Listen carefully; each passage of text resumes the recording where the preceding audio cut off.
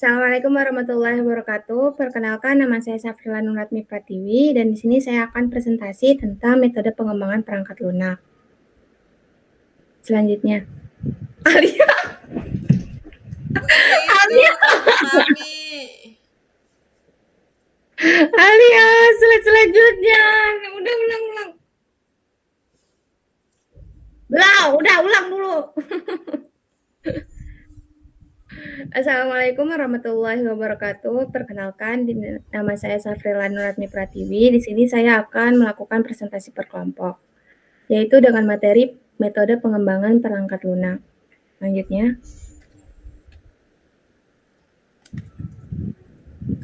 di sini ada pengertian metode pengembangan perangkat lunak. Kehidupan di era digital ini hadir berkat adanya metode perangkat lunak atau software yang berkembang sangat pesat.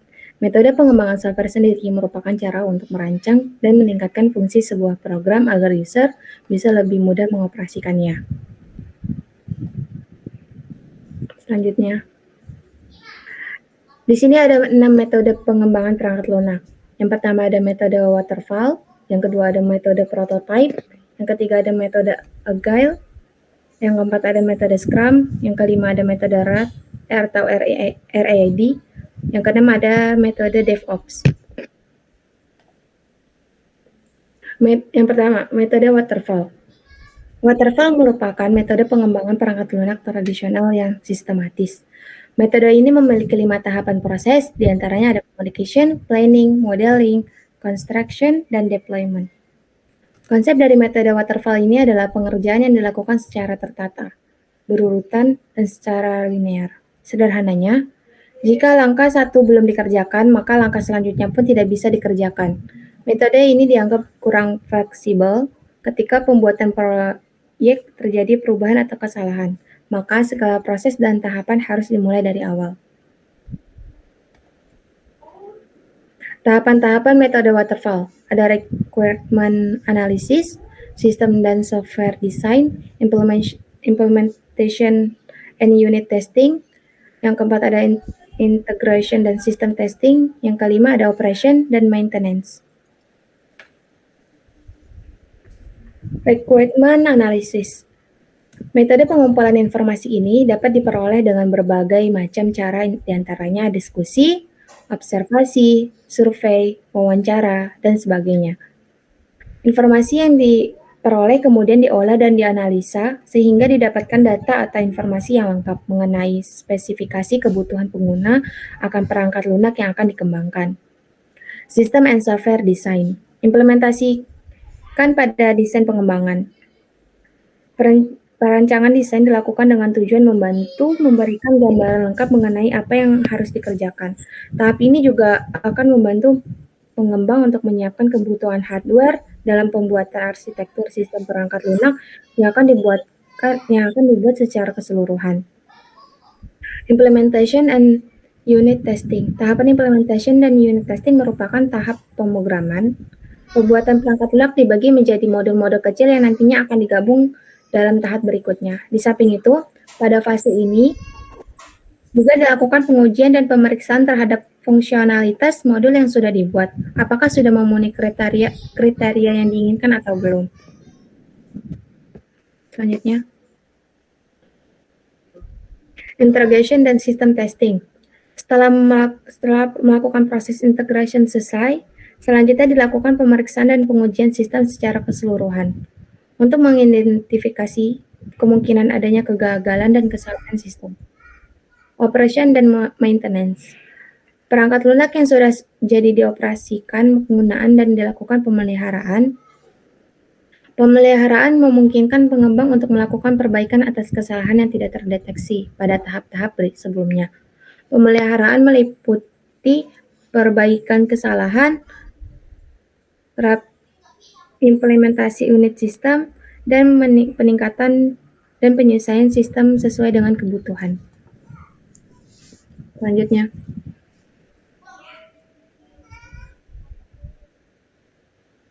ya mungkin sekian dari saya tentang metode waterfall. Wassalamualaikum warahmatullahi wabarakatuh.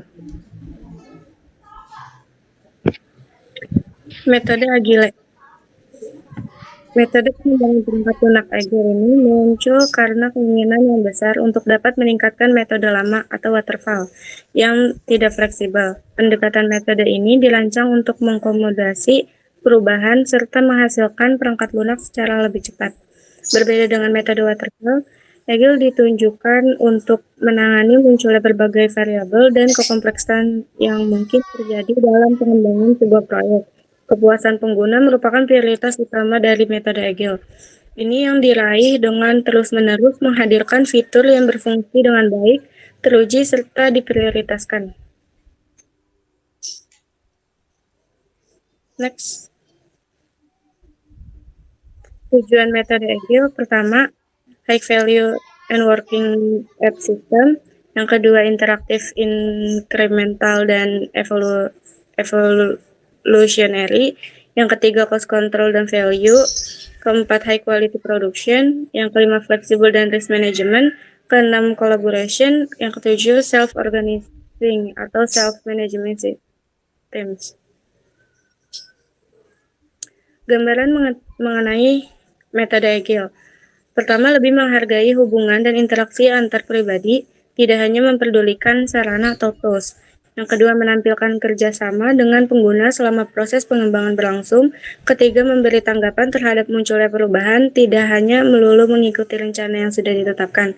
Yang keempat, fokus untuk menampilkan perangkat lunak yang benar-benar berfungsi, bukan hanya sekadar mementingkan dokumentasi. Tahapan pada metode agile, pertama perencanaan, kedua implementasi, ketiga tes perangkat lunak, keempat dokumentasi, kelima deployment, dan keenam pemelenggaraan. Jenis-jenis pada metode agile, satu metode Scrum, kedua Scrum Framework, ketiga Lean Software Development, keempat Kanban, kelima Extreme Programming atau XP, keenam metode Crystal, ketujuh Feature Driven Development atau FDD, yang ke-8 Feature Driven Development atau lanjut. Kelebihan metode pertama, menambahkan produktivitas tim, menambahkan kualitas dari perangkat lunak, menambahkan kepuasan dari klien, menghemat biaya, dapat melakukan review pelanggan mengenai software yang dibuat lebih awal, pembangunan sistem dibuat lebih cepat, perubahan dengan cepat ditangani. Jika pada pembangunan sistem terjadi kegagalan kerugian dari segi materi relatif kecil.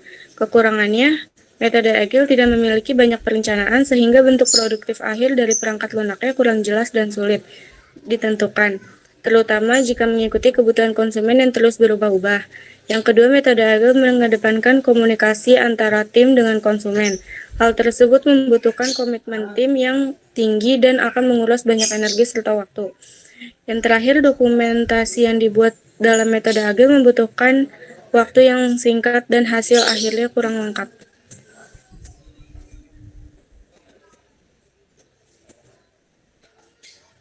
Sekian dari saya.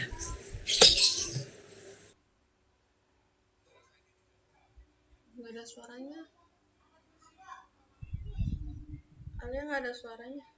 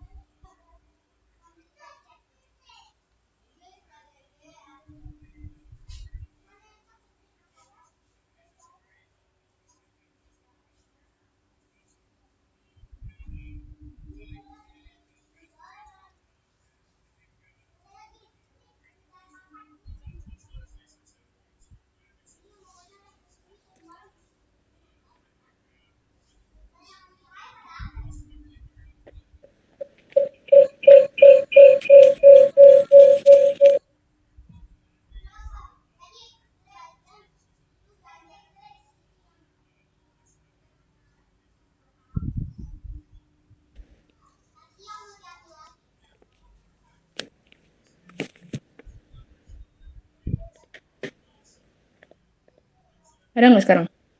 Ada.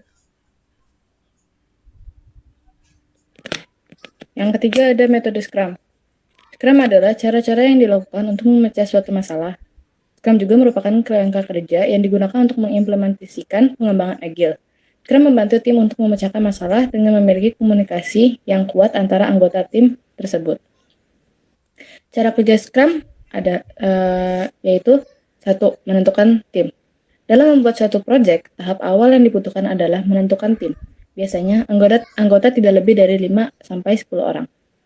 Yang kedua, menentukan waktu pengerjaan. Sprint adalah serangkaian pekerjaan yang dilakukan untuk menyelesaikan suatu masalah, khususnya penciptaan produk baru. Biasanya sprint berlangsung selama 7-30 hari. Yang ketiga ada menentukan peran dalam tim. Dalam project management, biasanya terdapat peran penting yang dimiliki oleh tim. Peran ini adalah Scrum Master. Seorang Scrum Master memastikan proyek berjalan dengan lancar dan sesuai. Peran selanjutnya dalam menjalankan metode Scrum adalah Product Owner. Ia bertanggung jawab memastikan produk yang dihasilkan sesuai dengan kualitas yang diinginkan. Lalu yang keempat adalah mengumpulkan berbagai permasalahan. Langkah berikutnya adalah mengumpulkan berbagai hal yang didapat di lapangan. Dalam project management, hal ini disebut dengan backlog. Backlog ini kemudian dikumpulkan dan dibuat prioritas pengerjaannya. Yang kelima yaitu memulai sprint. Setelah semua langkah dijalankan, maka bisa langsung memulai sprint tersebut. Dalam melaksanakan sprint, bisa saja ditemukan permasalahan atau backlog lain. Komunikasi hal ini dengan product owner, apakah backlog tersebut bisa dilaksanakan dalam sprint tersebut atau sprint selanjutnya. Lalu ada manfaat dari metode Scrum, yaitu yang pertama adalah rilis produk siap pakai yang lebih cepat untuk pengguna dan pelanggan. Yang kedua, kualitas produk yang lebih tinggi. Yang ketiga, produktivitas yang lebih tinggi. Yang keempat, pengeluaran biaya operasional yang lebih murah. Yang kelima, kemampuan untuk membentuk perubahan dalam proyek selanjutnya. Yang keenam, moral kerja karyawan yang lebih tinggi. Yang ketujuh, angka kepuasan pengguna yang lebih tinggi. Dan yang kedelapan, mampu menyelesaikan proyek kompleks yang sebelumnya tidak bisa dilakukan. Lalu akan dilanjutkan oleh Rita. Baiklah, selanjutnya adalah metode RAT atau yang sering disebut Rapid Application. Selanjutnya, metode pengembangan perangkat lunak RAT adalah sebuah proses pengembangan perangkat lunak yang menekankan siklus pengembangan dengan waktu yang singkat. Definisi lain menyatakan bahwa metode pengembangan perangkat lunak RAT adalah metode yang menggunakan pendekatan berorientasi objek untuk pengembangan sistem yang meliputi pengembangan perangkat dan perangkat lunak. Selanjutnya, tahap-tahap metode RAT terdapat ada 4. Yang pertama, perancangan kebutuhan. Pada tahap ini dilakukan identifikasi masalah dan pengumpulan data yang diperoleh dari pengguna atau stakeholder pengguna yang bertujuan untuk mengidentifikasi maksud akhir atau tujuan dari sistem dan kebutuhan informasi yang diinginkan. Yang kedua, desain sistem.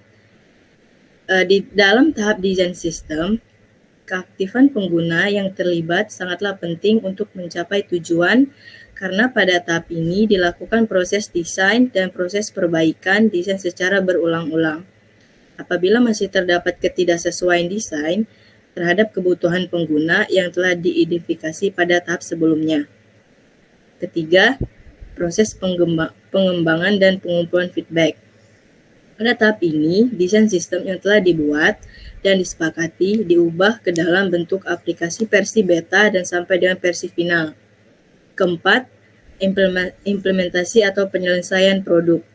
Tahap ini merupakan tahap di mana programmer menerapkan desain dari suatu sistem yang telah disetujui pada tahap sebelumnya. Selanjutnya, kapan saat yang tepat menerapkan metode RAT? Yang pertama, ketika memiliki tim yang solid. Kedua, ketika memiliki modal yang besar. Ketiga, ketika hanya memiliki sedikit waktu. Selanjutnya, adapun kekurangan dan kelebihan dari metode RAT ini. Yang pertama, kelebihannya dapat menggunakan kembali komponen yang ada sebelumnya sehingga tidak perlu membuat dari awal lagi. Kedua, integrasi proses yang lebih cepat dan efektif. Ketiga, penyesuaian kebutuhan dan keinginan user menjadi lebih mudah. Keempat, memperkecil kemungkinan kesalahan atau error. Adapun kekurangannya, yang pertama, memerlukan kolaborasi tim yang kuat dan memadai. Kedua, memerlukan komitmen yang kuat antara pengembang dan stakeholder. Ketiga, hanya cocok diterapkan untuk proyek kecil dan memiliki waktu pengerjaan yang singkat. Dan yang terakhir, hanya cocok digunakan untuk mengembangkan aplikasi yang memiliki fokus pada suatu fitur untuk dijadikan modular terpisah.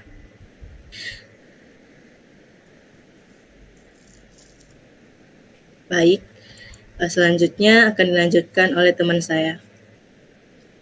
Ya, yang terakhir metode DevOps. Pengertian metode DevOps. DevOps adalah prosedur metode yang menghubungkan proses pengembangan dan operasi. Oleh karena itu, metode ini merupakan cara untuk mempelajari pengembangan secara konseptual dan menerapkan software ke dalam infrastruktur dengan menggunakan pendekatan kolaboratif dan terintegrasi. Metode ini berfungsi pada perubahan dan penguatan kolaborasi untuk departemen dengan segmen yang berbeda dalam pengembangan siklus hidup organisasi. Selanjutnya, siklus hidup DevOps atau tahapan pada DevOps. Yang pertama ada plan, proses identifikasi tujuan dan persyaratan untuk merancang dan mengembangkan perangkat lunak. Yang kedua ada develop, yaitu tim pengembangan yang berfokus untuk mengembangkan dan meninjau kode perangkat lunak atau LIC. Yang ketiga build. Tahap ini terintegrasi dari berbagai modul perangkat lunak yang dilakukan untuk membuat file yang dapat dieksekusi untuk fitur produk yang dikembangkan sepenuhnya. Yang keempat ada tes. Tahap ini pengujian otomatis yang dilakukan secara terus-menerus untuk memastikan kualitas perangkat lunak yang telah dikembangkan. Yang kelima ada deploy. Tahap ini pengujian otomatis dilakukan secara terus-menerus untuk memastikan kualitas perangkat lunak yang telah dikembangkan. Yang keenam ada operate, berkaitan dengan konfigurasi dan pengolahan aplikasi perangkat lunak secara penerapan. Yang terakhir ada monitor. Kinerja aplikasi yang diterapkan dipantau dan dikumpulkan dan menganalisis data. Tugas dan tanggung jawab DevOps Engineering. Yang satu, spesifikasi penulisan dan dokumentasi untuk fitur sisi server. Yang ketiga ada penerapan berkelanjutan dan manajemen integrasi berkelanjutan atau CI/CD. Yang ketiga ada penilaian dan pemantauan kinerja. Yang keempat ada manajemen instruktur. Yang kelima penerapan dan pengolahan cloud. Yang keenam bantuan dan adopsi budaya DevOps. Kelebihan dan kekurangan metode DevOps. Yang kelebihannya pertama siklus pengembangan yang lebih pendek, kedua meningkatkan kualitas dan fleksibilitas, ketiga biaya yang lebih efisien, keempat kontrol resiko dan pemulihan yang lebih baik, terakhir dapat meningkatkan praktik keamanan. Adapun kekurangannya yaitu satu, menerapkan metode DevOps harus merubah kebiasaan atau kebudayaan dalam mengembangkan proyeknya. Kedua, membutuhkan software engineering yang ahli. Ketiga, memerlukan kolaborasi yang kuat. Oke, terima kasih. Sekian presentasi kami. Bila ada kesalahan mohon dimaafkan. Wabillahi taufiq wal hidayah. Wassalamualaikum warahmatullahi wabarakatuh.